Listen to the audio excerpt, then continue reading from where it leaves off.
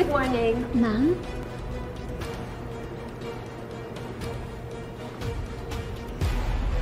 Anong ginagawa niyo dito?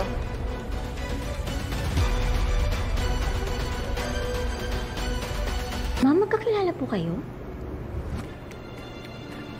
Ma'am, mamaya po yung appointment niyo. Aasikasuhin ko muna sila.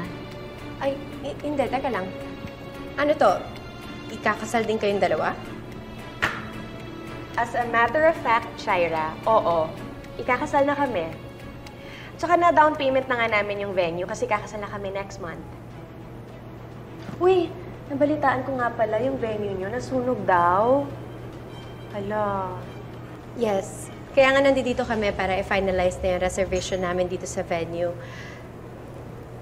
Kailan nga ulit yung kasal ninyong dalawa? Para ma-make sure ko na mas mauna yung kasal namin ni Jordan kaysa sa inyo. Ma'am, I'm sorry, pero isang date na lang po yung open namin next month. Naibigay na po namin kila Ma'am Christy.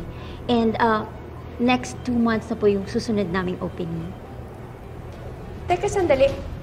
Tinawagan na namin kayo, di ba? Para i-reserve yung date? Wala pong reservation via phone, ma'am. In person po dapat.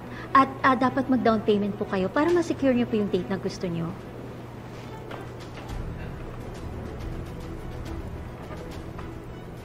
Paano ba yan, Shaira? Kami nakapag-down payment na. Napirmahan ko na rin yung kontrata. So, sa amin na talaga yung venue. Ano nga yung sinasabi nila? Sorry, not sorry? Tama ba?